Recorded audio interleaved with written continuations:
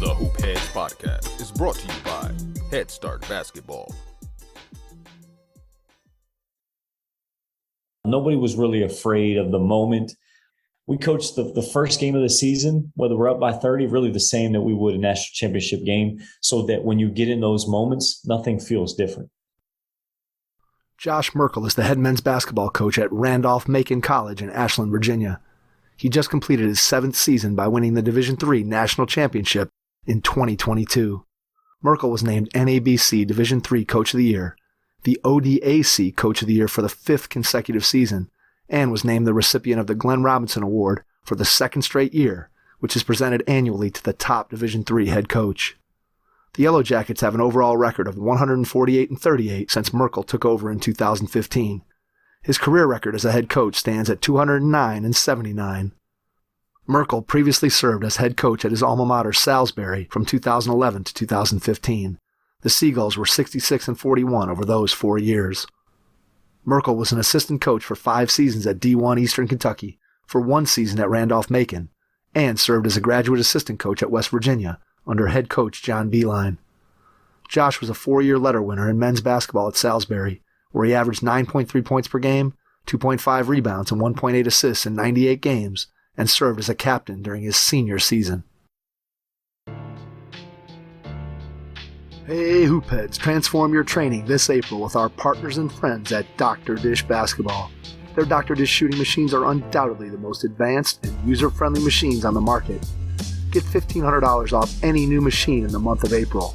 Learn more at drdishbasketball.com and follow their incredible content at Dr. Dish B-Ball on Twitter, Instagram, Facebook, and YouTube. Mention the Hoopheads podcast and save an extra $300 on the Dr. Dish Rebel, All-Star, and CT models. Visit drdish.com for details. That's a great deal, Hoopheads. Get your Dr. Dish shooting machine today. Hi, this is former NBA player CJ Watson, and you're listening to the Hoopheads podcast. Prepare like the pros with the all-new Fast Draw and Fast Scout. Fast Draw has been the #1 play diagramming software for coaches for years. You'll quickly see why Fast Model Sports has the most compelling and intuitive basketball software out there. For a limited time, Fast Model is offering Hoopheads listeners 15% off Fast Draw and Fast Scout. Just use the code HHP15 at checkout to grab your discount, and you'll be on your way to more efficient game prep and improved communication with your team. Fast Model also has new coaching content every week on its blog, plus play and drill diagrams on its play bank. Check out the links in the show notes for more. Fast Model Sports is the best in basketball. If you're looking to improve your coaching, please consider joining the Hoopheads Mentorship Program. We believe that having a mentor is the best way to maximize your potential and become a transformational coach. By matching you up with one of our experienced mentors, you'll develop a one-on-one relationship that will help your coaching, your team, your program, and your mindset. The Hoopheads Mentorship Program delivers mentoring services to basketball coaches at all levels through our team of experienced head coaches. Find out more at hoopheadspod.com or shoot me an email directly, mike@hoopheadspod.com. Follow us on social media at hoopheadspod on Twitter and Instagram, and be sure to check out the Hoopheads Podcast Network for more great basketball content. Coaches, do you have a point guard or leader you're going to be counting on next season to run the show for you? Don't leave next season to chance. Thousands of coaches send their players to a point guard college camp each summer to learn to think the game, lead a team, and run the show. Your players will be smarter, better leaders, and better equipped to foster a championship culture next season in practice and in your locker room. I've seen firsthand how PGC camps have had a huge impact on players and coaches that I know, both on and off the court. You can go to pgcbasketball.com to find a 5-day, 4-night camp near you. That's pgcbasketball.com.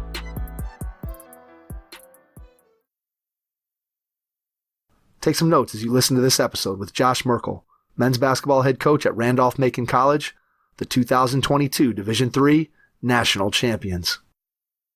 Hello and welcome to the Hoop Heads Podcast. It's Mike Klinzing here without my co-host Jason Suckle tonight, but I am pleased to be joined by Josh Merkel, the head men's basketball coach at Randolph-Macon College, Division III national champions here in the year 2022. Josh, first of all, congratulations and welcome to the Hoop Heads Pod. Yeah, excited to be on and talk some hoops with you, Mike. Thanks for having me on. Probably has a good ring to put that national championship at the end of your introduction, right? Yeah, I mean, we'll take it. I'm not giving it back at this point. Understood. All right, let's go back in time to when you were a kid. Tell me about your first experience with the game of basketball, how you got into the game. Yeah, love bragging about my mom and my family. So my mom played at University of Maryland, then coached there for 3 years, then had me, then had 8 more kids. So I'm the oldest of 9. Wow. And but it was a huge passion for her. She was a big time athlete. Actually tried out for the Olympic team during that run, and so still plays in women's leagues all the way into her mid 60s. So I would say that passion. She was my first coach. She taught me how to shoot. Dad not as athletic, but the work ethic, and he built the court for us, and I could just be seen shooting on that thing all hours of the day. And that was my first experience. We grew up on a farm, so not a lot of competition, but the shooting piece, me being in the backyard, that happened quite a bit. Always basketball, or were there other sports too? We're a big basketball soccer family. I believe 7 of the 9 in our family ended up playing some type of college sport, maybe 6 of 9. But it was either basketball, soccer, there was some tennis in there. But yeah, those are the main 2. And that was it. Yeah, those 2 did a lot of that.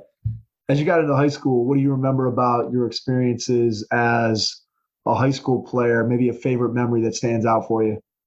So I got lucky. My high school, instead of going to the local public school, I went to Prospect Hall, St. John's Prospect Hall.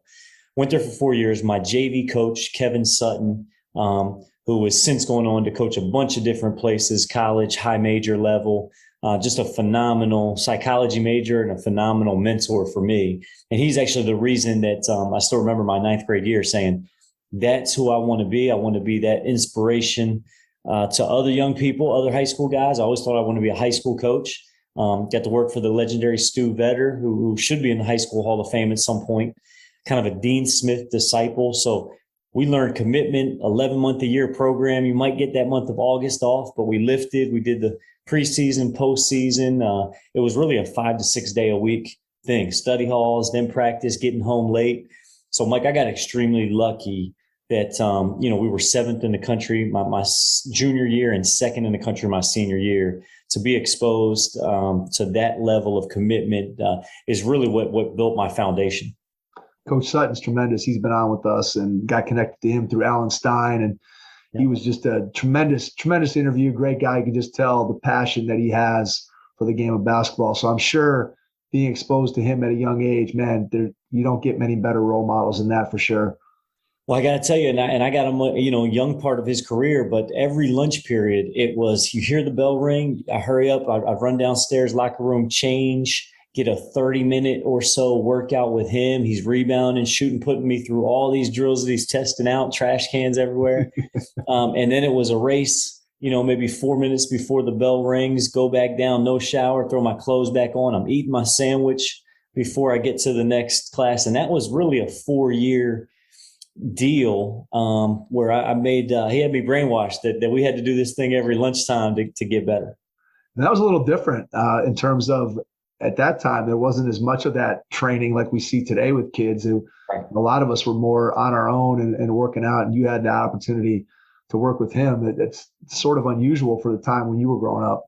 Yes. I mean, and that's why I say I was so, blessed and fortunate. But yeah, there was definitely none of the individual training, and it was open to anybody that wanted to make it. And we had a lot of guys in there, but I would say probably no one that maybe I was one of the few. I needed to be in there. We had some talented guys that I was around. And I've been an underdog ever since then. And I still need to be, working on my craft if I want to, be as good as some of these other guys.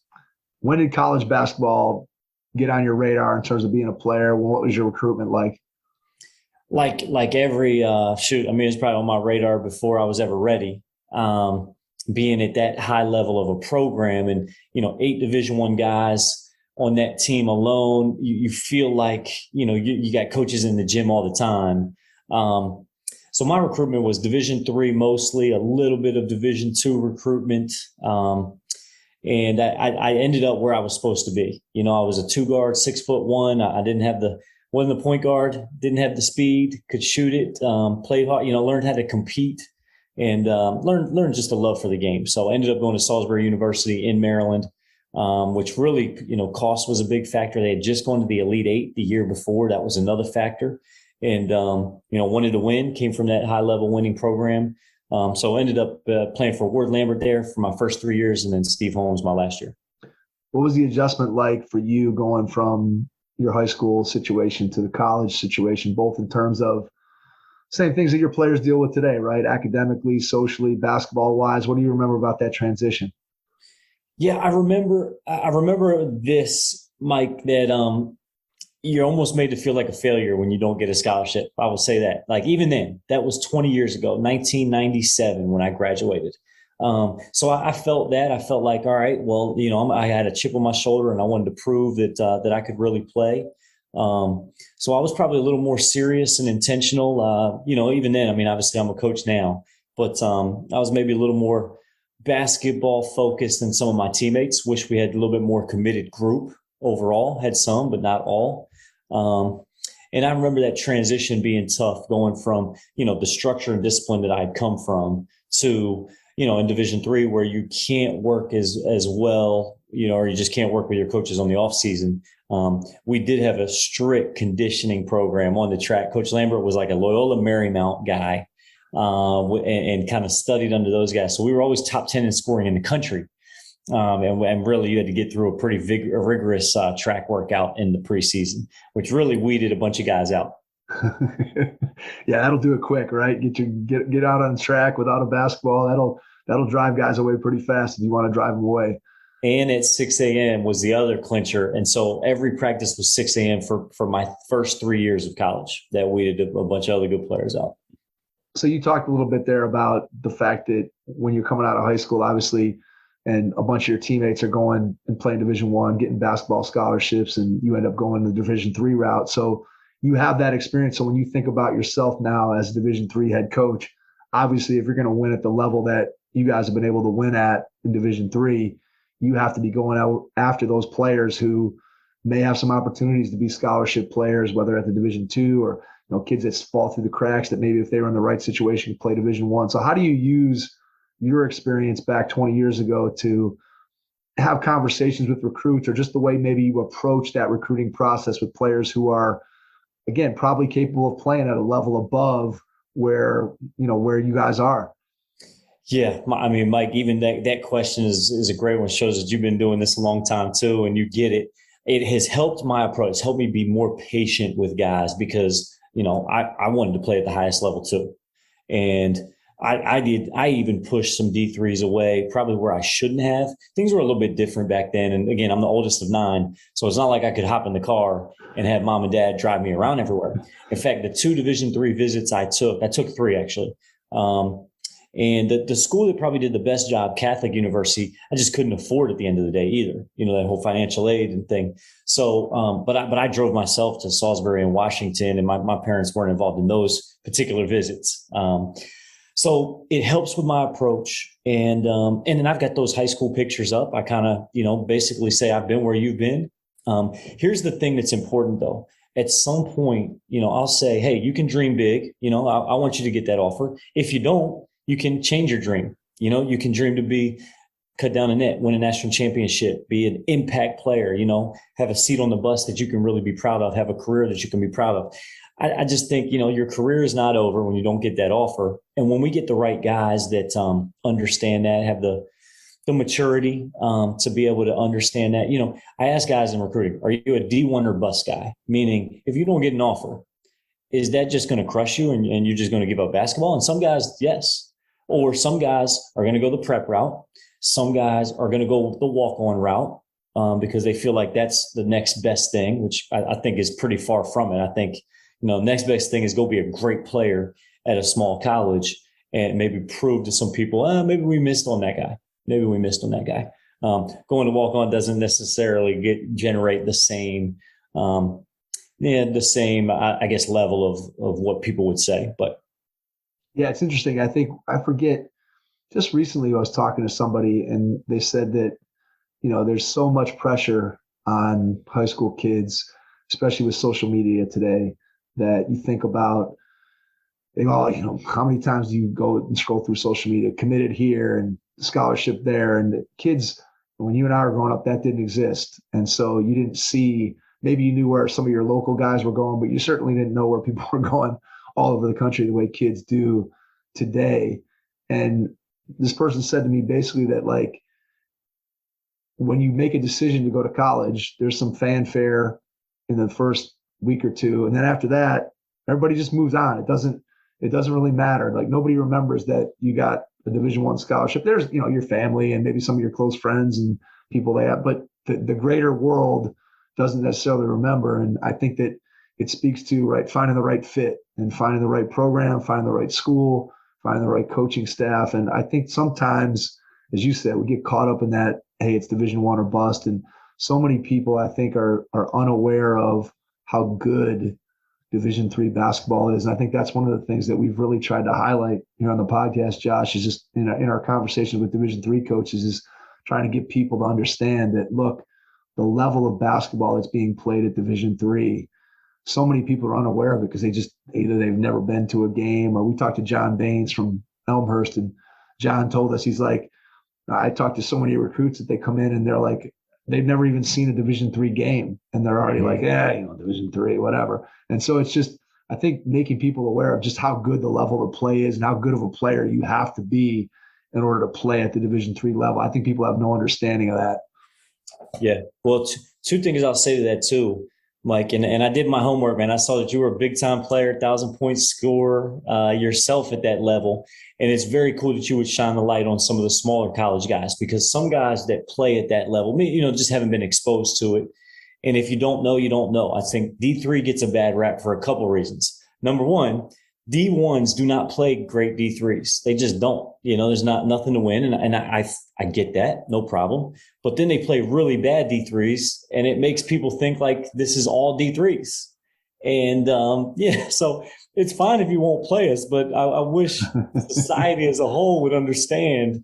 We talk about there's 6 levels. There's, high major and high level D1, and then there's low major. And, you take that D2, high and low, D3, high and low. And that high major D3 can compete with a certain low major D1.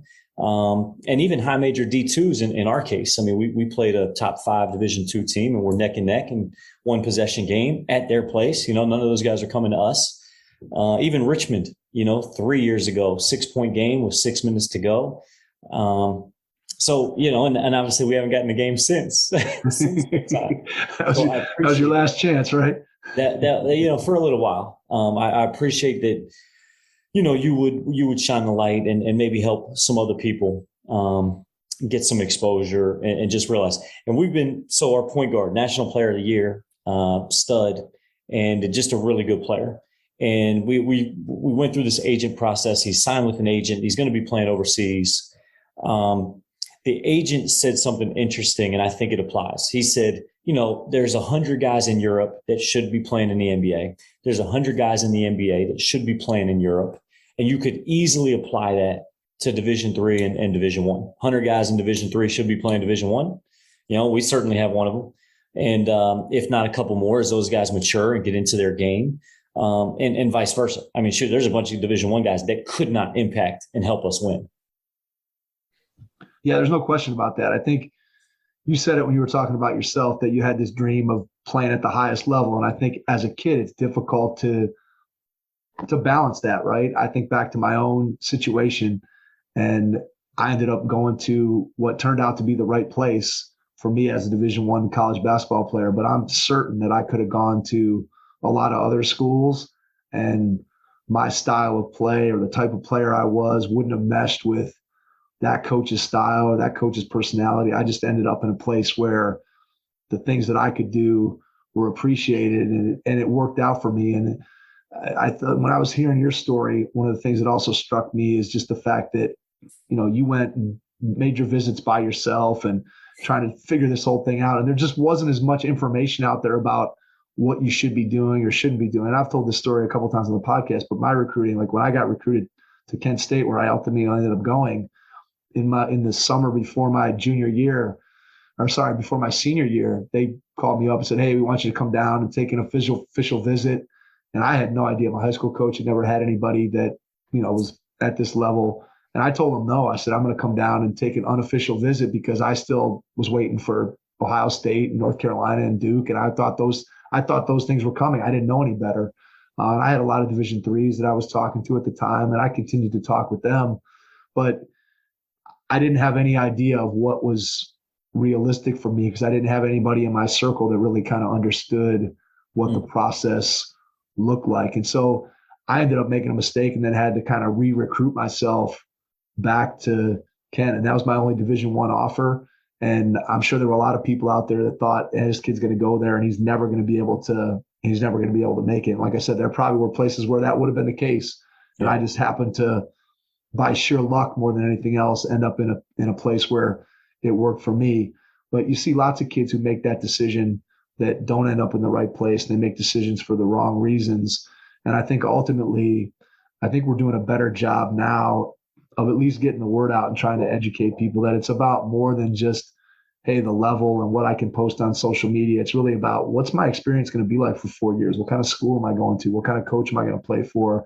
And ultimately, look, the reason why we all started playing is because we want to play. And if you're going to go sit on the bench, or as you said, go the walk-on route, I mean, we all know that's not an easy route to go. And if you're going to go through the grind of a college basketball season with little to no chance to play, and I did that quite a bit my freshman year, man, that was by far the toughest year of my life, to go through and do all the things that are required and then not get out on the floor. That's a challenge. And so I think what we've tried to do, again, like I said, is just make sure that in our conversations with Division III coaches, to try to give them the opportunity to talk about just how good the level of play is and how good you have to be able to play at that level. And I think you did a good job of explaining that with the story that you just told about, hey, there's 100 guys that could be here versus there and that level. And it's really about finding the right fit.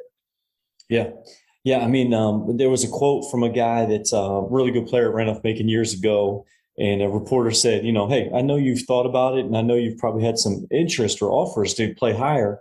Why haven't you? And he basically said, I'm where I'm supposed to be. And so for that young man at that time to be able to deliver that message, something we all can learn from and hear. And, even in my own shoes, I'm like, man, that hits home. Like, I feel like I'm where I'm supposed to be at the level and at the school. It's been a good marriage and a good fit. And you just appreciate the guys that are blooming where they're planted, being where their feet are, because that's such a great thing in life to have that, to just, man, I'm where I'm supposed to be. If you can do that in life with your job, with your marriage, it's going to be a good life. And I think everyone else, look at the transfers people are chasing. They're chasing the next hit, so the endorphins and everything. And I think that's what happens a lot of times. Like, guys are, transferring, starters leaving Kentucky for what? It's like, because they're chasing that feeling they got and all the attention that they got, and then you're not getting it, and they don't know where to turn, in my opinion. I'm with you 100%. I just think that the transfer portal, I get the benefits of it for players, and I'm not sure that the old system where coaches could leave at their own volition and then players were stuck, I'm not sure that was great either. But what we've set up now is just everybody, and it's invaded at lower levels too. It's down in the high schools, and you think about just what AAU looks like and guys jumping from this team to that team. And it's something that I think we're going to have to continue to wrestle with and figure out how do we get this situation where there's a balance between giving kids an opportunity if they end up in a place that maybe isn't the right fit for them or isn't what they thought, versus like everybody just is jumping at the next opportunity. And as you said, chasing those endorphins and chasing, again, that recognition that maybe they had previously. And it has to be about more than just what's happening on the basketball floor. You really got to consider, again, what it's like socially, what it's like academically for you at a school. And that to me is really, really critical as we start looking at what this is all about. Mike, it's amazing. Maybe if the listeners get one thing, but, recruiting every day for me And one thing that I'm still having a hard time with is this, like, for my son, I want him to be surrounded by great people, and who you work for matters, or the leader in that program matters. And the fact that people leave that to chance, the fact that people will turn down, what they know, for the hope for a higher level. And who cares what type of, guys are in there? I'm not saying, bad character, but maybe they're a little more selfish, or maybe it's a losing culture. They just don't even know. Like, guys are saying no to us in hopes that someone will come along and have no relationship with that guy. To me, I'm trying to get through that as much as possible and kind of flesh through, so we're not wasting time on those guys or that mindset and that family, that the level is what matters more than the people. I just don't understand why people don't spend more time even asking me good questions about, all right, what is your philosophy? How do you teach leadership? What is your vision for my son off the court? I mean, people just don't even ask it. Well, and let's take that off the table and just think about the fact that, look, what do most kids that are playing basketball, they dream about what? Playing in the NBA. Not realistic for most kids, but hey, being able to play professionally is way more realistic than it's ever been in the past, just because of the explosion of basketball internationally. So here you are with a Division III player that you're just describing. For us, it's going to play professionally overseas. You don't have to be a Division I player to go and be able to make a living and travel and get those experiences that, again, are invaluable when you're a young person, to be able to go and travel and play basketball. And if you take advantage of all the things that can go along with that, I mean, it doesn't have to be, there's more than one path to get to where you want to go. And I think you make a great point that you're amazed. And I can speak to this just talking to parents and sitting in stands and listening to people talk, that they really don't. People get themselves all worked up at all levels. I mean, you can go down to second, third grade, and people are going to showcases and trying to get ranked and worried about this and that. And ultimately, I think what you want to have is a good experience, and you have a good experience, as you said, by being surrounded by the right people. And that right people can include your coaching staff, and includes your teammates, includes the kind of culture that you want to build. And if you get in that environment, you're going to have success, however you want to define that. Everybody defines it slightly differently, but to me, getting in the right fit and finding the right place is critical. So if anybody who's out there, and it's been a recurring theme, but recruits, parents, high school coaches, those are the kinds of questions, what you just described, that people should be asking. You should be asking anybody, any place you're considering going, ask those questions. Like, how are we going to develop you not only as a basketball player, but as a human being, as a leader, and how much do we care about you as not just a basketball player, but as a person? That to me is critical. And I would want to sit down and have some lunch with the players in that program. When my sons, if they, good enough to play somewhere, like, hey, let's go have lunch with your team or some members on the team. And then good culture, you can feel it. Like, you really can. You're going to be able to, get a good sense of what the coaching is like, and what those guys, how connected they are, how committed they are. And also if you can play with those guys, even better. Play with them, really learn about them. Yeah, that's the missing piece, right? Sometimes it goes back to how many Division III games have you seen as a recruit? You know how good those kids are. In order to step out on the floor with them, man, people, again, have no idea how fine that line is and how good you have to be in order to be able to play college basketball. So thinking back, you mentioned earlier that you kind of always had in mind that at some point you wanted to get into coaching. You said, hey, high school coaching, being a high school teacher, being a high school coach, that was kind of where you started. And that's where you started your career. So talk a little bit about that first experience, getting out and getting into coaching. And then as you talk a little bit about your high school experience, we can talk about how the opportunity comes for you to get the GA job at West Virginia and then move into the college ranks. But start out with your high school experience as a coach. Yeah, so I played 4 years at Salisbury. I graduated from there. And I got connected right away with with Bruce Kelly, who's at Prospect also. My alma mater had a different coach by the time I graduated. And I had gone back and practiced with him. Bruce, former D1 assistant, coached at American, phenomenal guy, still a mentor to me to this day, coaches at Bullis High School in Maryland. And so I got connected with Bruce. I was his varsity assistant and JV head coach there for 3 years. It was awesome, running my own program for a couple of those years. I mean, I was all in. I was helping with the JV workouts, the varsity workouts. My mom was coaching on the women's side for a couple of years. My two sisters were playing on the women's team. I'd help them where I could. It was like a family affair over there. And I loved it. I was doing personal training on the side, or basketball training on the side. And the opportunity, so what happened was Jeff Neubauer came and spoke at camp, and he and Bruce Kelly had a connection. And I was just asking him about offense for my JV team. And Neubauer is a wizard offensively, and we connected through that talk. And he said, we're going to have a GA position a year from now. You should apply, basically. All right. Hey, send me an email, just stay in touch with me. So sure enough, I would watch every West Virginia game. And I wasn't crazy with it, but at least once a week, I'd shoot him an email, a question or two. Hey, what's the bottom guy's responsibility on the 1-through line? I mean, this is for the whole season. And I went up there, I interviewed. I think it helped that I was a little bit older of a GA. I was 25 at the time. I just put 3 years in of high school coaching. I know Beilein, he liked that. He liked that I wasn't in a relationship. I was single, ready to just get to work. I know he liked that. And then we joke, I say, Coach, I know I was like your 10th choice. He's like, no, Josh, you were like my 15th choice. He had some good, former players. And so here I go from Division III player and high school assistant to a Big East GA. We start the year by going to Europe and playing on a tour, 10 days over there. And then that particular year was the Pittsnoggle, Gansey, his son Beilein, good player, Ty Sally, goes to the Elite Eight and is a basket away or a stop away from beating Patino and going to the Final Four. That was my first experience in college coaching. Jeff Neubauer was the head coach, associate head coach. Based on our run, he gets the job at Eastern Kentucky, and he takes me with him. So now at 26, I'm a OVC assistant coach, and for the next 5 years, I was with Jeff and some great coaches there. Ted Hotelling is the head coach at New Haven. David Boyden is an assistant at UNCG. Dale Wellman won a national championship with Nebraska Wesleyan, so he worked there as well. Just some really good guys.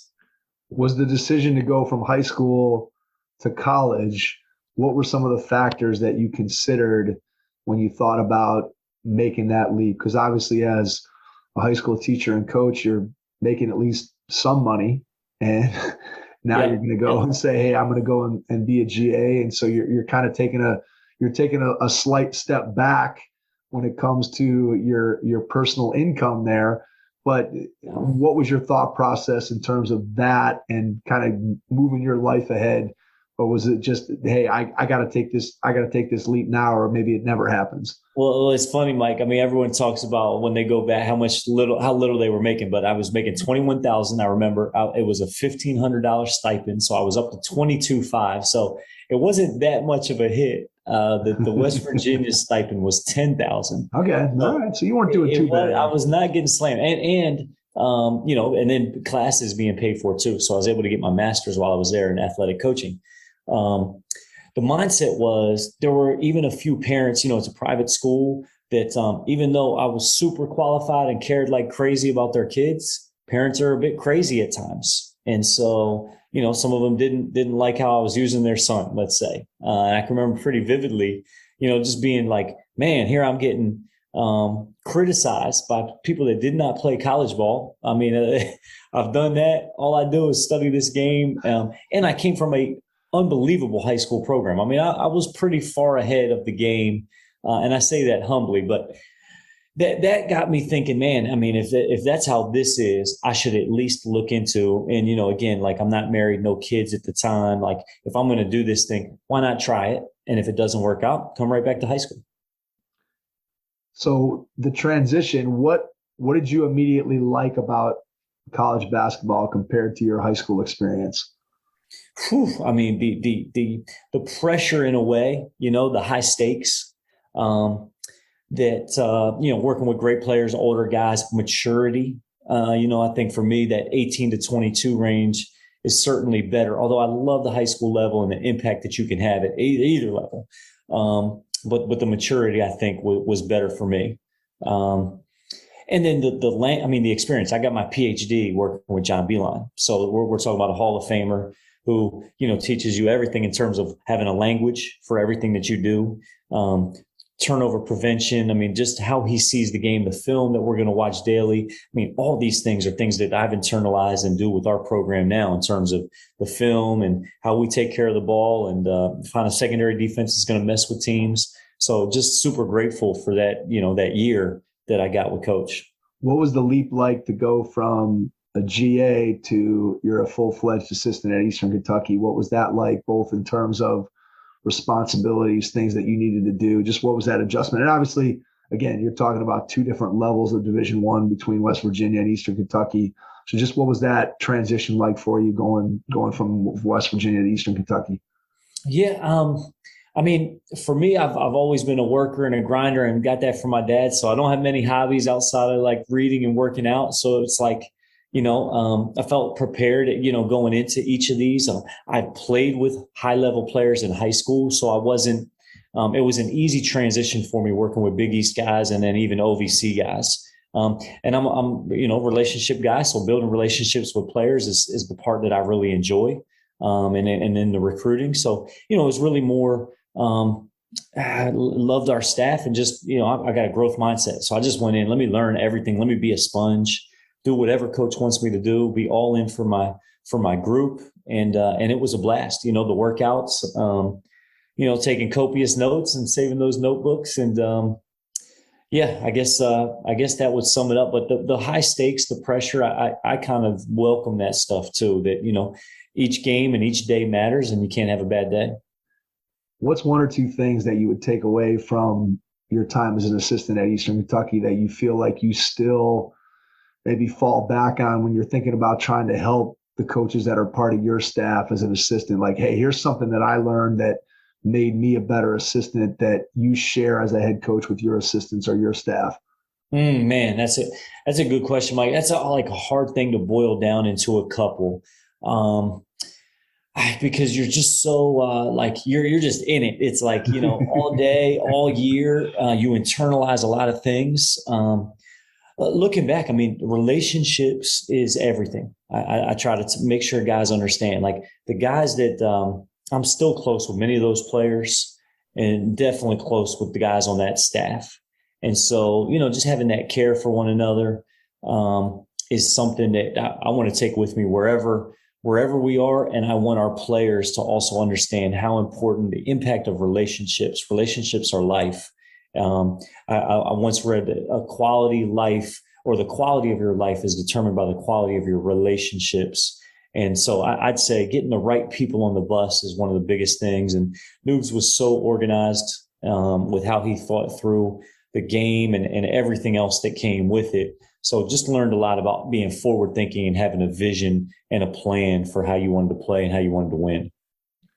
As you think about that relationship piece, and let's apply it to what you've been able to do at Randolph-Macon, how do you go about through the recruiting process making sure that you have the right guys? What are some of those intangible things that you look for when you're going to watch a player? And then how do you identify whether or not that kid has the sort of intangibles? What kind of questions are you asking them? What are you looking for from them? Again, obviously they have to have a skill set that's going to enable them to play at your level. But what do you look for from an intangible standpoint to know that they're going to fit in with your program? Yeah. And we've really tried to narrow this down. I wish there was one or two questions. We've tried to make it a system of recruiting. I would say you've got to get them to be open and honest, tell the truth, be vulnerable. That can be hard in itself to get a guy to open up. There's a lot of things that you want to get them on your campus. You want to spend that time with them. You want them spending time with your guys. I mean, we trust our guys a ton, and I think that's an important piece. Guys, tell us what you think.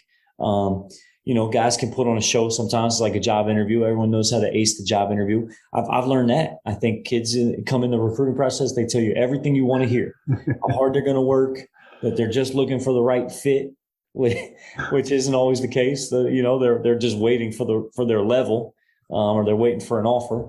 I don't know. Self-awareness is a superpower, Mike. We say that a lot in our program. We say truth over harmony. So I want to give some kids some truth in the recruiting process. I want to tell them the things that I see, like, hey, we wouldn't accept this here. And I want to see how they respond to it. But truth over harmony is a big one. And the self-awareness, because do they think they're better than they are? That's going to be a problem. Now, it can be a good thing too. I want confidence. All right. We're not trying to shoot a guy down, but his relationship to feedback is really important. I think that's what I'm saying is, your self-awareness is, well, coach, what do you see? How engaged are they? Will they be proactive about the feedback loop? It's not rocket science. What we want really good players. And I think so you have that baseline of athleticism. Do they have a strength that will carry over? And can they be the best at it on our team? So, when you hire for a business, you want to hire for strength. We try to apply that in recruiting. Why would we hire Mike for our team? Well, this guy shoots the heck out of it. Okay. He shoots it better than anybody we have. Okay. Probably going to get on the floor for us. So we look for the strengths. We look for a reason that's going to get them on the floor. I want to be able to, like, they've got to have a role. They've got to have something that they can do. Like, we took a guy that's not a great shooter, but he's a great rebounder and he's a good versatile defender. And that guy started for us first at the 3, then moved him to the 4, because he has a strength that's a high enough level to help us win a championship. Yeah, being able to find a kid that has the right role, good. They can have something that they can bring to the table that that you can count on that skill day in, day out. That makes a huge, huge difference. I thought it was interesting that you just said there, was talking about how players react to feedback. And probably 2-3 months ago, we had Mark Hendrickson on the podcast. And Mark is one of, I think, 12 people to ever play Major League Baseball and in the NBA. And Mark was talking about what it means to be a pro athlete. And he said, in his mind, what sets a pro athlete apart from somebody who's not a pro is their ability to very, very quickly self-assess, self-correct mistakes. So they're never looking to externalize blame for what happened. They're always looking to internalize the situation and say, what could I have done better, or what was wrong about my technique? And he said that pro athletes that he's been around that are super successful, they're able to make that correction. And then they're also always seeking feedback from coaching staff, players, teammates. Hey, what can I do better? How can I do this and get better at it? And I think that that's an underrated skill for any athlete, is the ability to take coaching and internalize it in such a way that you recognize that this coach is trying to make me a better player. Whereas too often, I think, especially when you go down to younger levels, how do kids tend to look at that? They tend to look at it as criticism, and they get defensive and, well, I didn't do that, or well, look at what I'm doing here. And I think that ability to take feedback to me is critical. I think that's a great point that you bring up in terms of how you end up maximizing a kid's ability. If they're willing to take coaching, man, you can get so much more out of them. Well, none of us ever got good by ourselves. And that's the thing. And it's like, we're here to partner. I mean, we love partnerships with our guys to help get them to the best version of themselves. And if they're going to be resistant to that, then we can't even do our job. And so trust is going to be big. And I think you're building that in the recruiting process the whole time. And it's like little things, you ask them, tell me about your career. Tell me about your high school career. Go all the way back to freshman year. Tell me about your relationship with your coach. That uncovers a lot. Guys will talk about their high school coach, and, the way that some of those guys answer that question, it's like, that guy's not going to fit here. And it helps us because we just move on.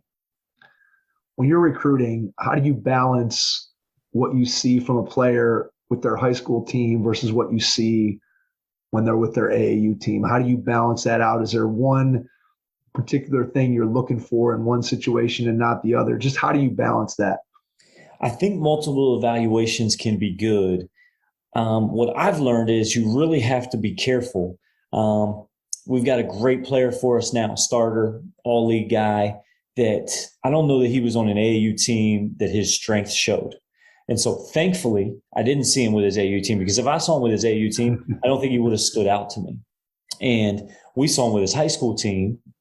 And so that's, I mean, and I saw him, I went to see a different kid. He was a sophomore. I was like, man, that kid's going to be a college player. And then he looked good with that high school junior year. Then I saw him at AAU that junior year. And I'm like, is this the same kid? I wasn't sure. Like, are we making a mistake? Now he played with our guys and the guys loved how he drove and kicked. And so, okay, all right, let's go. Josh, come on. And so it's like, Mike, sometimes, and I've been doing this for a while, I don't, you have to be careful. Like you can see somebody play, like, we've got Pittsburgh and Hoop Group next weekend. Everybody's got their different events, right? For these live periods, the D3s can go to. But you can almost, you have to be careful. You want to do a thin slice, see a kid, get a feel, but you can also make mistakes. One of my mentors, Nathan Davis, who's head coach at Bucknell, would say, Josh, I've made 100 mistakes in recruiting and I'm going to make 100 more tomorrow. and that's recruiting, man. You're going to make mistakes. It's trying not to make the same ones and trying not to make them over and over again or too many of them. Yeah. Well, you and I are going to have to connect in person because I'm going to be out in Pittsburgh next weekend with my son. So nice. This will be our first time. He's a sophomore. This will be our first time really getting out, and we played pretty much locally up to this point. And we're going to take his team. That I'm just a parent on the team. I'm along for the ride, but I'm going to be out there. So we'll have to make sure we connect. What team name is it? We are MAC Basketball 2024. Izzy is our team name. So, MAC Basketball. Okay. Yeah. So nice. We got a nice group. It's a group that has. I think a lot of kids that are going to have some ability to play at the D3 level for sure, and it's a fun group to be around. So we're curious to see. They've played 2 tournaments locally, played really well. We're curious to see when they get out and travel and go at a little bit higher level what it looks like.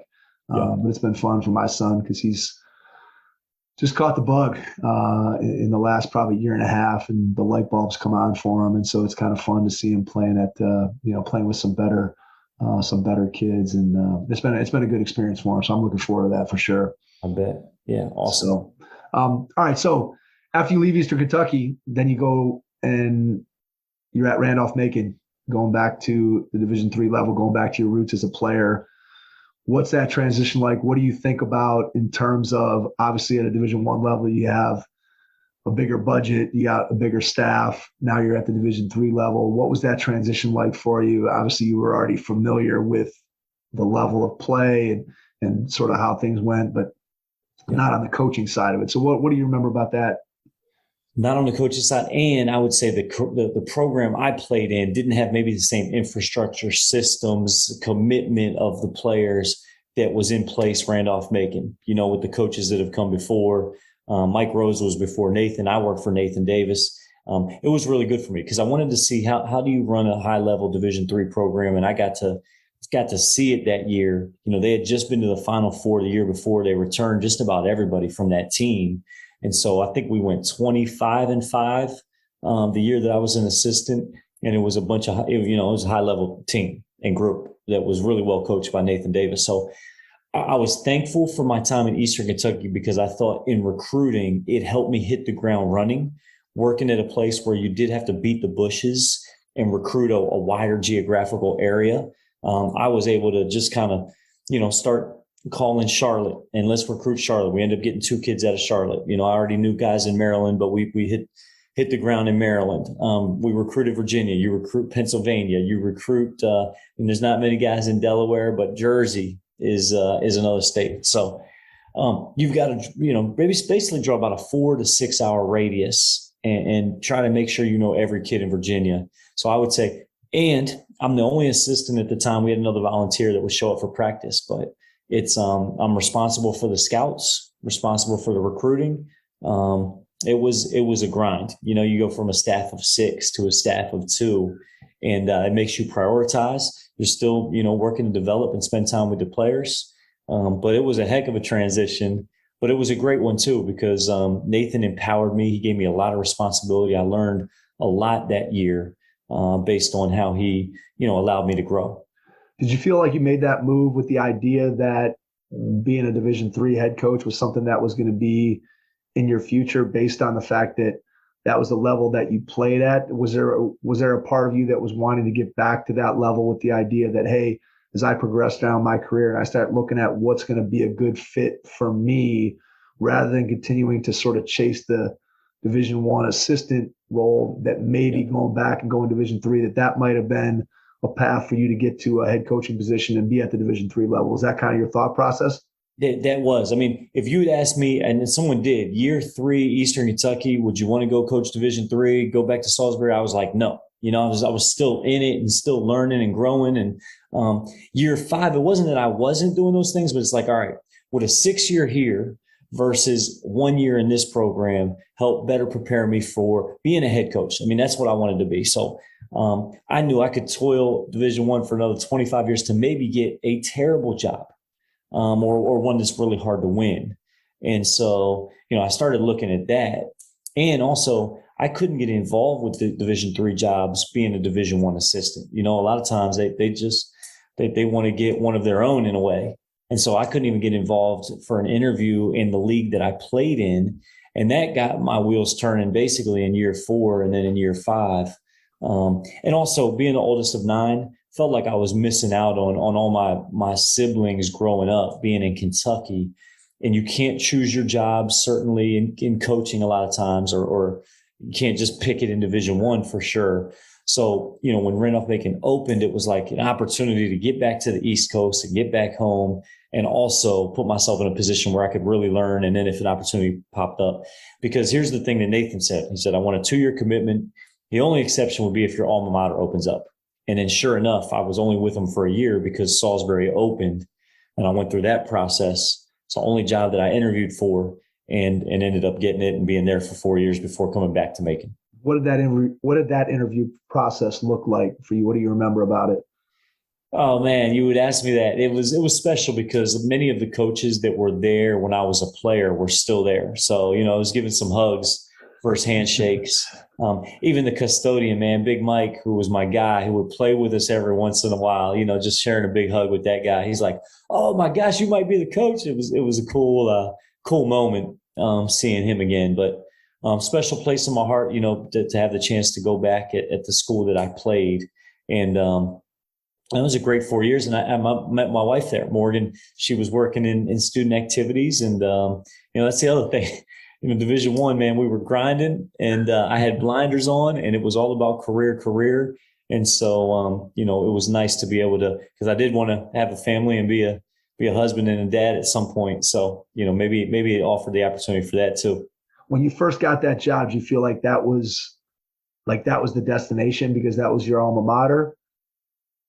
I felt like I could have retired there, Mike, if I could have helped, if I could have kept the standard. Then I felt like that would have been a great, it was a dream to go back and coach at my alma mater and be alongside some of those coaches and players that were there. It's a great spot. When the opportunity comes at Randolph-Macon, what does that look like? What's the discussion that you have with your wife? What does that look like in terms of, hey, again, this is my alma mater. This is a place that we feel like, man, we could probably spend our life here. But what made Randolph-Macon the right opportunity? Obviously, you'd already been there, so you'd kind of been behind the curtain and knew what the program was all about, what the potential was. But just talk a little bit about what you saw in Randolph-Macon that made you want to make that jump. Yeah, I mean, you alluded to it. I had been there, rich tradition. I mean, basketball is super important, athletics in general. And not that it isn't in Salisbury, but also the geography of it, being able to raise the family in Richmond. And my wife, who had basically gone to undergrad at Salisbury and then got her master's. And then I'm like, if she never gets to try any other job, man, I hope that's going to be okay 10 years, 15 years from now, because I'm going to be locked in here. If I want to keep coaching. And so, I think it provided maybe because she works in higher ed still, she has a job at Randolph-Macon working in student, in academic support. And so, just felt like there would be more opportunities. There's only so many places. There's only one college on the Eastern Shore there and only so many opportunities. So it was a family decision. We were expecting our first at the time. And I think Randolph-Macon, Jeff Burns did a good job of saying, you're our guy. We want you here. And this is why we think you can be successful. When you get there, obviously there's a tradition of success already in place. And so clearly there's a difference between taking over a program where you got to rebuild everything. you're coming into a place that has had previous success, that you know that the things that you need are in place. But when you first got the job, what was your first priority or two that you looked at and said, if we're going to get this program, the vision that I have for it, what are some things that we need to do right out of the gate to get it going in the direction that you wanted to get it going? Well, I know the first thing, I'll say, working for Nathan, I thought he's one of the best I've ever been around. And I said, man, I wouldn't want to follow this guy. And then forgot my own advice. It was a tough transition, Mike. I would say that was the toughest one of all. And it's because my last year at Salisbury, because I took over a program that has basically been, 500 maybe, if you look at the record over the history of that program. And we had some good years. My year 2 and year 4, 21 wins. It was like the 5th most in school history at the time. So maybe the 5th and 6th best records in 2 of my 4 years there. And so I felt like I was, figuring some things out until I wasn't, because it's completely different set of, it's completely different people. 17 guys I took over that I did not recruit one of them. I didn't have relationships built up. You can't, fast forward that stuff. The trust hadn't been built. And yet they went 28-3 the year before I got there. Then they graduated 7 seniors. And so you got this young group that thinks it's their turn, but they're nowhere near ready and don't meet the standard. I remember driving to see all the incoming freshmen and building those relationships. And those guys were the backbone of the program and helped plant the seeds for what was to come, because they were better, the freshman class better than the sophomore class. So the sophomore class started kind of, dropping out of hoops, which can happen, and would have been fine if Nathan was still the coach. I mean, he would have coached the heck out of that team to 20 wins. I did not do a good job in that transition. And so, I've owned that. And I tell my AD there's hundreds of things I would do different if I could do it over again. I say it all falls on me. Or we went 13-14, I believe, that year. And we should have been better. We underachieved. And it's because I didn't know what I didn't know. And probably would have been better off if it was my first job, because you're taking some things that have worked or didn't work. But it was not, we got through it, is what I'll say. We got through it, Mike. And my first 3 years at Randolph-Macon, we did not win an ODAC playoff game. And that was tough, man. At a place where they expect to win a national championship, 7 most wins in Division III. You're expected to win, and to not even win an ODAC. And by the way, we're the 2 seed and the 1 seed 2 of those 3 years. Like, it's not like we didn't have it's not like we had bad regular seasons. But it created something in us. Adversity is a requirement for growth. It created something in us, the power of every possession, having an attitude of mistake response. So much good came out of that. And I think, the growth happens in the extreme. We had an extreme low to help build and get to a higher place. In order to do that, I've heard you say the word relationships a bunch of times. And you think about, if you're going to get where you want to go, you got to build those relationships with players so you have the trust that you talked about. What are some things that you've done over your time there to build relationships with your players? How do you go about doing that on a day-to-day basis? Is it through informal conversation? Are there formal things that you make sure you do with your guys? Just how do you go about building those relationships? What does that look like? I think the biggest thing is everybody wants to know, Coach hears me, Coach sees me uniquely. I think that's huge. And so we're going to do all of the above: informal, formal, all kinds of systems for meetings. I don't want to overdo it. We're going to do a postseason. I want to hear from them. I want to hear what they have to say, especially when it doesn't match up. I mean, I love to start certain meetings. Do you want the truth or you want harmony? We say truth over harmony all the time. Trust doesn't happen without truth, and truth doesn't happen without trust. And so, you got to build that. They say love is spelled Time. And so spending time with them, which we don't get to be on the court with the guys. So how can you build some sweat equity, or at least until the season hits? I'm fortunate, 42, healthy, knock on wood, but I still get out there in season and we do all-star games and I play with the guys. And it's a great growth for me. I get to really learn about them. This is like the young guys or the lower minute guys. Teaches me a lot about what they need. I don't know what I'm going to do when I can't play anymore, because it just gives me great feedback, and helps. And then it's like when I can go get a layup on you or make a shot against you, you're a little more like, how is this old guy still getting buckets? Okay, I better pay attention to what he's saying a little bit more. That's good stuff. That's good stuff. I love that. Yeah, you hold on to your playing career for as long as you can. Mine ended, I think, at 42, 43. I was playing in a tournament with some of my college teammates and tore my ACL, and in the middle of it, I didn't even realize that. I mean, I felt like it was something weird happened with my knee. It felt like one part of my leg went one way and one went the other. And the tournament had just started. And I'm like, ooh, that felt weird. And we had 6 guys. And so I went out in the hallway after the game, and I'm jogging, I'm cutting on. I'm like, I think I can play. And I went back and played like 8 more minutes the next game and got that same feeling again, came home and swelled up. And eventually I went to the doctor, and they're like, yeah, you tore it. So that was the end of my playing career, because I just couldn't play enough. I felt like if I could play 3 or 4 days a week, I'd probably be okay. But once I got to 42, 43, playing once every 3 weeks or once a month, it wasn't cutting it anymore, unfortunately. But yeah, hold on to your ability to play for as long as you can, Josh. Do I miss it. I'm hoping it doesn't end in an ACL tear. Yeah, exactly. Well, you're either right. The old man basketball injuries are either going to ACL tear or Achilles. Those are the two you see guys go down with all the time if you're still playing at a certain age. Some guys avoid it, and I never had an injury ever as a player. I never had a rolled ankle. I never hurt a knee. Nothing. And so I was super fortunate. And then it all ends with the torn ACL. Yeah. So that's the way it goes. How did you go about as a head coach? Obviously, you worked for some great guys and had the opportunity to play for some really good coaches.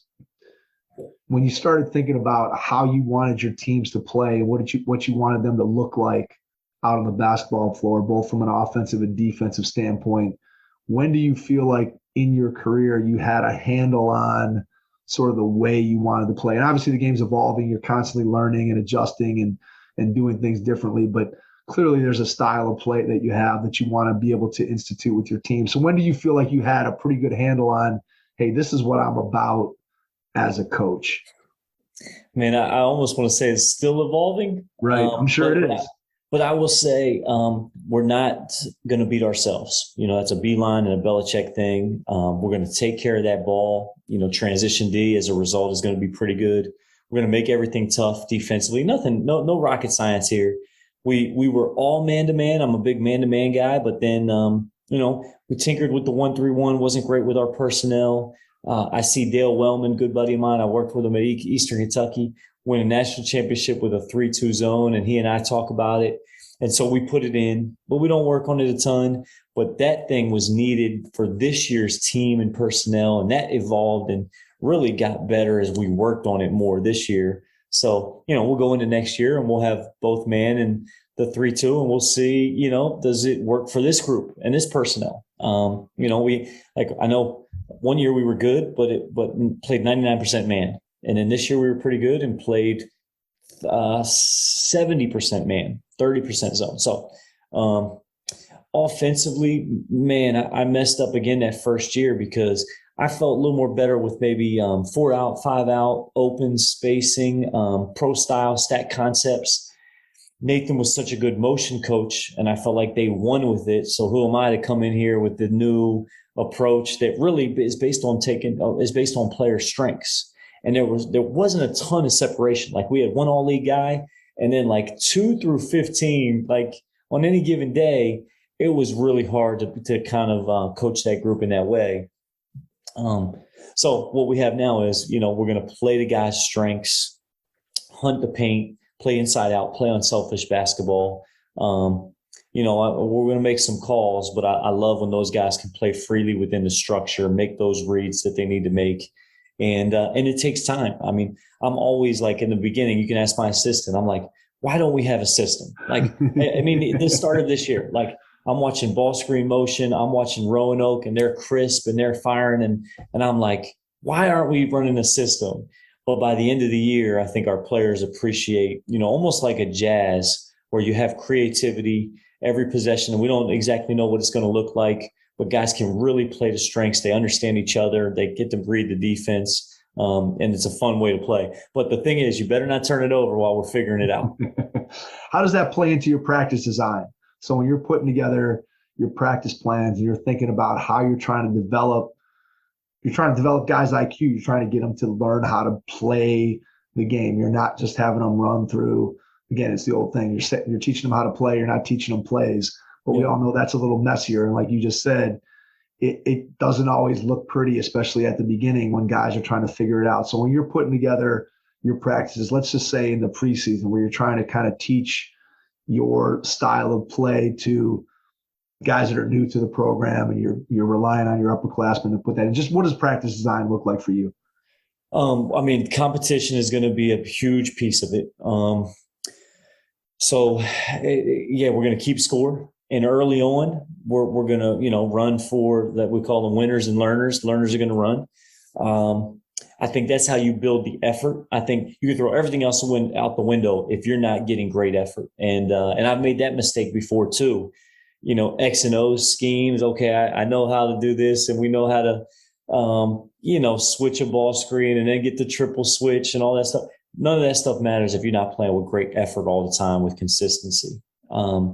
So now it's more, let's say, constraints with some of our drills. We like to call them drills to create self-awareness, so that guys can really learn what they do better, what their strength is, and who they're playing with. I mean, if you're a big-time shooter and I'm not finding you, then that's a problem. If you're a big-time shooter but you can't get ignition, then, I'm going to challenge you like, Mike, why are you putting the ball on the floor? You're killing the offense every time you do it. And where are you going? You're not getting anywhere. Let Buzz go create the ignition, and he's going to put it on a platter. He's going to get you 1,000 points just by you getting to space and you learning how to move and be a cutter. I guess, those drills help guys really become more aware, and we'll dial in on that, of really being a stud with your strengths. What do you track and chart during practice? Anything? I do have a manager tracking a bunch, and almost like value points. So at the end of the day, Mike's got plus 30 and Josh has plus 20. And we've got kind of a system there. Nothing crazy. Field goals made, attempted, rebounds, steals, deflections. I will say the big three stats that we really pay attention to in games are going to be the field goal differential, the turnover differential, and the rebound differential. I mean, it's nothing, no rocket science, nothing different than what a lot of people are tracking. We also write down charges that we take, and we write down how many stops in a row. We call them bricks. People have different names for it, but we want to get 7 of those in a game. Yeah, I think if you have things that your players understand that, hey, this is what we're looking for, and it sounds like from what you're talking about, that the ability to value the ball and not turn it over. And, again, if you're going to give your players the freedom to play loose, like you said, they have to be able to play free and loose, but then there's some expectations, right? It's with great, freedom comes great responsibility. And so if you're going to be given the opportunity to go and play without a lot of constraints, then you have to be able to be trusted. And it goes through that whole thing and being able to build it out with your players so that you can play that style of play. And obviously it's something that's right. It's attractive to players. Players don't necessarily enjoy going through, hey, we're going to run this continuity offense where I got to keep doing the same thing over and over again. I think players, especially in today's game, they want to play the way that you're talking about. But at the same time, they got to be able to play and take care of the ball and understand what good shots are. And it's all about building the players' IQ through what you do day in and day out. Yeah. Yeah, and we'll watch a ton of film too. So I think a big part of our team and awareness is built through those 15 minutes of clips before practice, and then you work to apply it, go from theory to practice when you hit the floor. How do you balance out when you're sharing film with players? How do you balance out showing them things that they did correctly versus things that they did incorrectly? What's the balance there? We try to criticize in private and praise in public as much as you can, pulling guys aside for those individual clips. But we're big on, we're going to show the defensive crimes a lot of times after games. And even in practice, we'll say, hey, stop it at the scene of the crime, so we'll go back to where Mike beat Josh and all right, Josh, fix it this time. And then we're going to play from there again. So yeah, you got to point that stuff out. Again, the truth over harmony. Hey, you guys want the harmony or you want the truth? We weren't very good defensively. Here's a few clips that we have to be better at that we're going to address in practice. And until we get it right, we're going to keep drilling this stuff, which isn't going to be the most fun. But once we get it right, then we can move on to more fun things. Kind of, that might be one of the themes. How much film are you watching during the season? During the season, I'm grinding a lot of film. I would say, a couple hours, 3 hours, depending on the day and then maybe the family responsibilities. But I'm going to watch probably at least 3 games of our opponent, hopefully more, and then watching practice of us every single day. So, and maybe February getting away from it a little bit. But that's if we're humming, and I feel really good about how we're our approach. Talking about family, when you started, you mentioned a couple of times, hey, I'm single, I got all this time, I can do all those things. And then obviously, once you have a family, things change, and you have responsibilities, not just with your players and your basketball team, but you have responsibilities at home. So I'm always curious just to talk with coaches about how they, whether it's incorporating their family into their program, how you just think about the balance and the rhythm of your year. Obviously, as a Division III head coach, the rules in Division III and the amount of contact that you can have with your players in the offseason affords you more of an opportunity to take a deep breath and spend more time with your family in the offseason than you would be if you were on the 52-week-a-year plan at the Division I level, which we've talked to a bunch of coaches about that, whether that's a positive or a negative. But just talk a little bit about balancing out your family responsibilities with your basketball responsibilities. Yeah, I would say more rhythm than balance. Like the season has a way different rhythm than the off season. My wife is a stud, and I wish she was here so she could hear me bragging on her. She'll be able to hear it. She'll be. You can force her to listen to this at some point. She's tremendous with 3 boys and really helps. And then my mother-in-law even moved in the neighborhood, so she's been awesome this year. And we have a 6, a 2, and a 5-month-old. As you know, as a dad, your time is no longer your own, especially when they're young. It's like Absolutely. You're just meeting their needs. But it's been awesome. Like our kids love basketball right now. They love going to games. I love having them be around practice, and it's been a joy, like even some of the playoff games and those guys cutting down a net or being in the hotel shoot around. Honestly, our guys love when they're around because they know Coach really can't lose it on us today. All right. Mason's in the back of the film room. Yeah. We're going to be okay in this film session. Nice. That's good stuff. There was one that I did lose it and forgot that Mason was back there. And I'm not a big cursor, but I was going at some guys. And I just remember looking back there, and his eyes were like this big. And I was like, oh, man. I never saw this side of Dad before. Look what I got to look forward to. He never said one word about it, man. So that was pretty cool. That's funny. That's good stuff. That is good stuff. All right, let's dive into this season a little bit and talk about let's go back to the beginning, preseason. Last year gets cut short because of COVID. You guys were probably on track to at least compete for a national championship last year with the team that you had. So coming into this year, what was the mindset? Where were you at with your comfort level with the team, where they were? Just go back to the preseason, what your expectations were, what you thought they were capable of.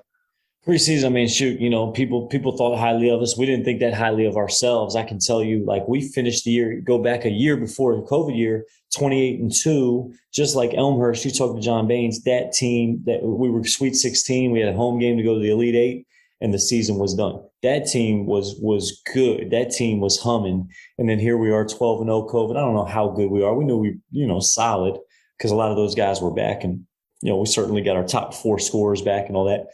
So, but we did the same thing. We returned our top 4 scorers. We had a veteran group. We knew that, to me, the thing that was going to beat us could be ourselves. And to me, if we weren't hungry, if we started feeling ourselves, then that was going to be a detriment to our growth too. So we just took a growth mindset into every game. We took a chip on our shoulder into every practice, I would say. Just kind of relentless. I'm probably relentless about the standard and about. Our guys were unbelievable. Starting with Buzz Anthony, our point guard, I could tell you one quick story. So he's had a pro mindset since his freshman year. A lot of guys want to be a pro, then they start working like a pro as a senior. Okay. This guy came in as a freshman and he was a pro. He's got his goals up. He's got his structure. His workouts are specific. So he would do these Kobe workouts, 6 weeks of the preseason. He gets in there and basically he gets 3 workouts in between 2 team workouts that we do. We'd lift Friday, then he'd come back and go at 9 p.m., 2 a.m., 8 a.m., and then we'd play at 9 a.m. All right, hopefully I explained that well. But first couple of years, he's doing it on his own. Maybe a guy comes in at night. Maybe a guy comes in the morning. But this particular preseason, you had 11 guys in there. And again, no coaches in the gym. This is not anything that I put on them. He called it the Kurt X workouts in honor of a former player. And 11 guys, 6 weeks, 3 workouts, 2 a.m. in the gym, working on their own stuff. Pretty cool. So, to me, when you also have talent and we're connected, and I don't know how many other people are working like that. We felt like we, it's when you start playing those games and games are tight, I think you earn a level of confidence and preparation that says, we're not giving into this thing and we've done more than maybe this other team. Was there a moment during the season early on, midway through, where you felt like, man, this light has really come on for these guys, and if things go our way, we're going to have a shot at winning this whole thing? Was there a moment, or was it more just sort of a culmination of kind of all the work that guys had put in that you just described? Yeah, I don't think there was a moment. I mean, I basically go into every game like, man, if we can come out on top of this game, like we might have a chance to be good this year. I mean, I was probably saying that going into my wife is always laughing at me. She's because I'm like, if we could just get this one. There's a coach's mindset for you right there, Josh. Yeah. I mean, I don't know. Even with Elmhurst, I wasn't relaxed until about 1 minute to go, which, looking back is kind of crazy, but that's just how, I don't know, that's how we approached it. Is basically coach the heck out of every possession and play to the standard. And if guys weren't doing that 38 minutes in, I mean, there's a lot of halves where I would not look at the scoreboard because I just wanted to be locked in on the process and how we were playing and let that score take care of itself. All right. So as you get through and you get through your regular season and you get to the tournament, what's the mindset? What's the conversation like when you sit down in the locker room or a team meeting with your guys heading into the tournament? Is there things that you've learned through your career that you share with your guys from a mentality standpoint, from a preparation standpoint? How do you approach that when you're going into the tournament? Because obviously now you're in a one and done situation. It's a little bit different than the regular season. So how do you approach that? Yeah, our approach was, and I think it can be different for every team, but this year's team was fearless was the word. And if you want to, take another phrase, trust your training. Like, we're not going to panic. And if we go down, it's because the other team played a hell of a game. But just no fear. Everybody talked about the pressure. Like, we felt zero pressure. I felt zero pressure. And maybe it's because, our guys were so good and connected and we were a connected group. So maybe that helped. Maybe I'll feel some pressure next year. But we talked about, fearless mindset is not the absence of fear, but it's fearing less and just going for it. Like, we're not gonna tiptoe around it, man. We're gonna go. And I think, in the scores and our approach reflected a group that was not fearful of a result, not fearful of a loss. And so that's one thing I was proud of the guys for. What does that look like during practice? So when you're talking about that, hey, we're going to be fearless, how do you get them to understand what that looks like? And obviously they've had a series of games over the course of the season where you can point and look to, and I'm sure it was something you talked about throughout the season, but just as you're in the practice, you're preparing for your next opponent. And, there are days, right, where you have, you're playing on Friday and then you're coming back and playing on Saturday where you don't have much prep time to prepare for that next opponent. So what's the mindset there in terms of making sure that they keep that fearless mentality? We talked about, we are empowering you. I remember just watching film and saying, hey, Will, you are empowered to go after that ball, make this play. Are you worried about getting beat? Are you worried that your guy was going to get open for a shot? No, you're empowered. This guy's turning his back. Go attack that ball. So, I mean, that would be the word that we probably used a ton is, and try to show them what I guess fearlessness looks like. Playing fearless, playing confidently. Hey, man, you're a killer. Let this shot fly. And guys just really, they were connected to their strengths, I would say, self-aware, knew who should be getting most of the shots, but also that if they were open and the ball found them, they were letting that thing fly. Nobody was really afraid of the moment. And we coached it like, we coached the first game of the season, whether we're up by 30, really the same that we would a national championship game, so that when you get in those moments, nothing feels different. When the buzzer goes off and you win the championship, what's the feeling that you get?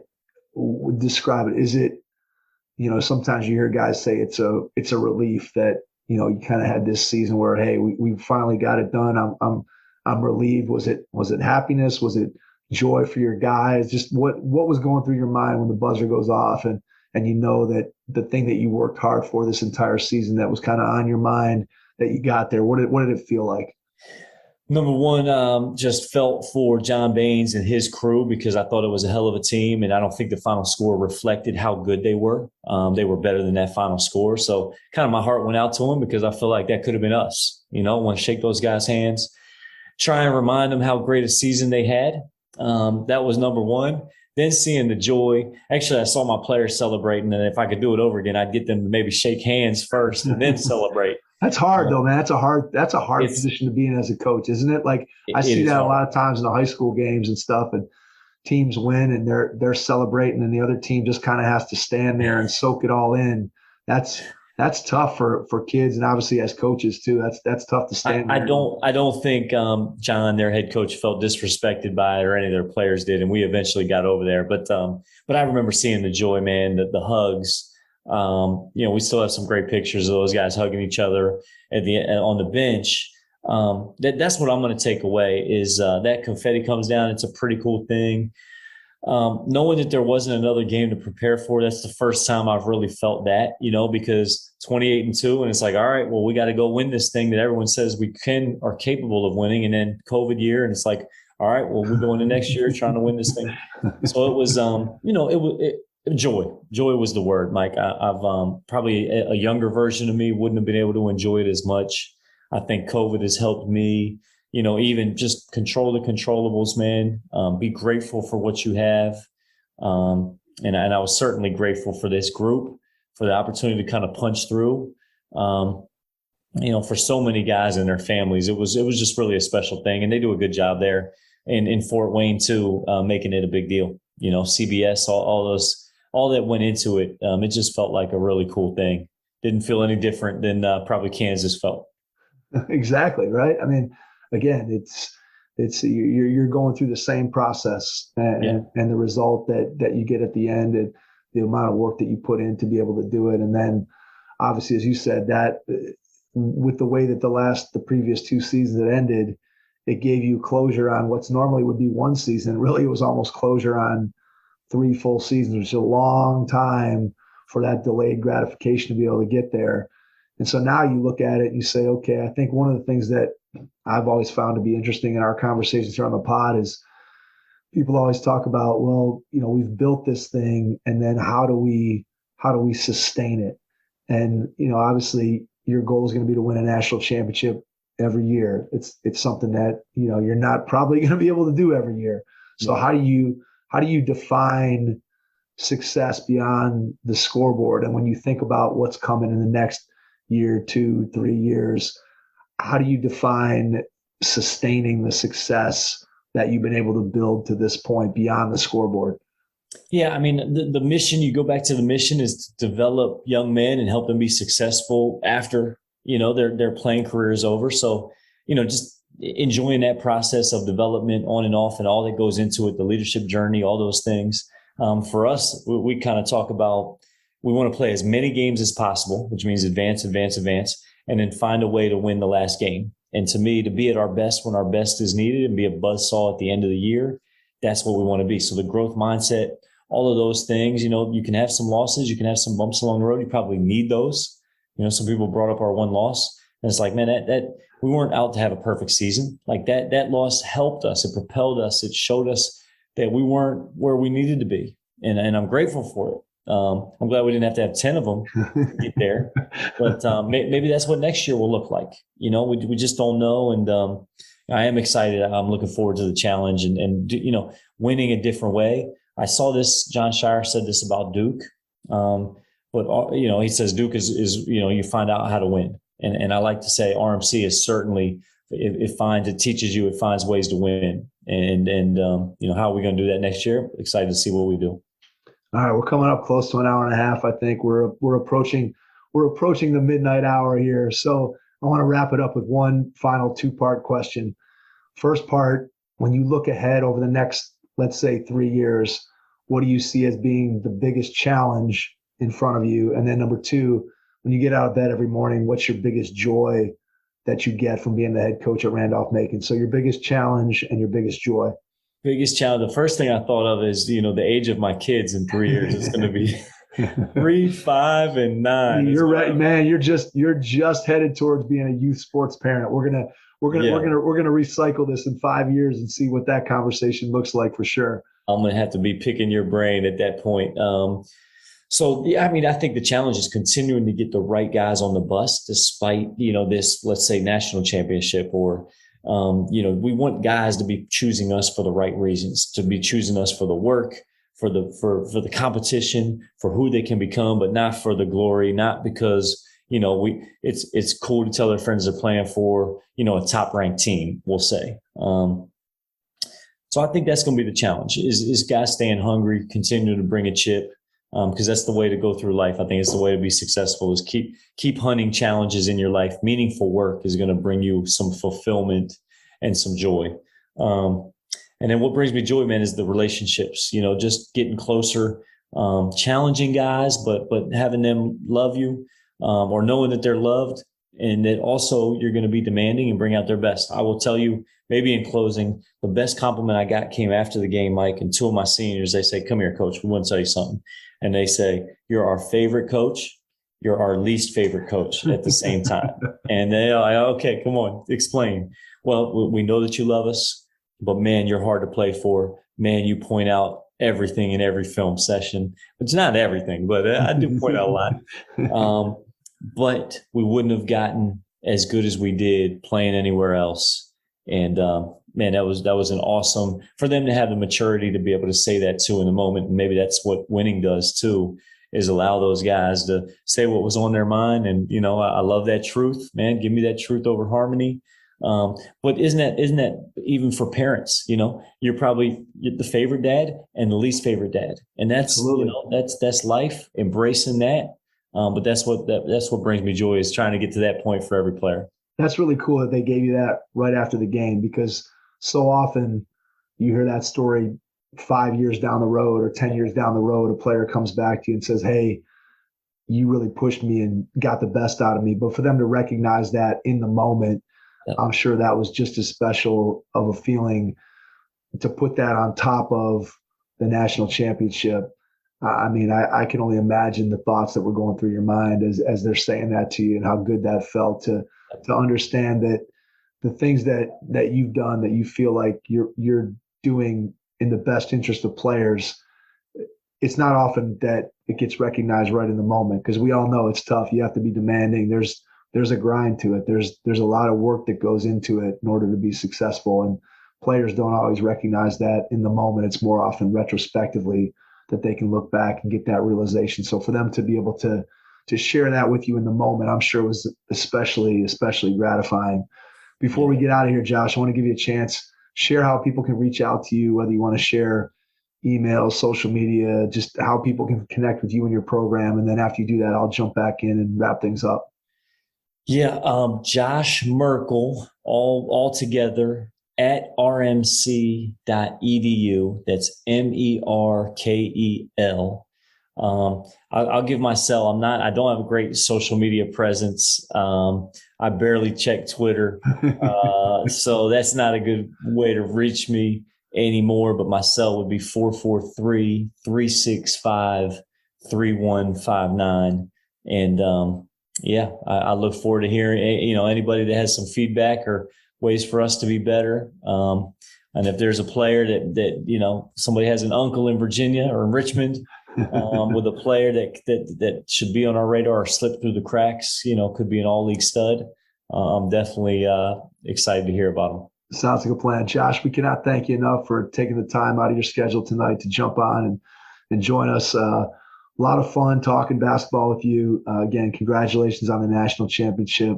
And I'm sure you're going to continue to have success. So to everyone out there, we appreciate you listening, and we will catch you on our next episode. Thanks. Thanks for listening to the Hoop Heads podcast, presented by Head Start Basketball.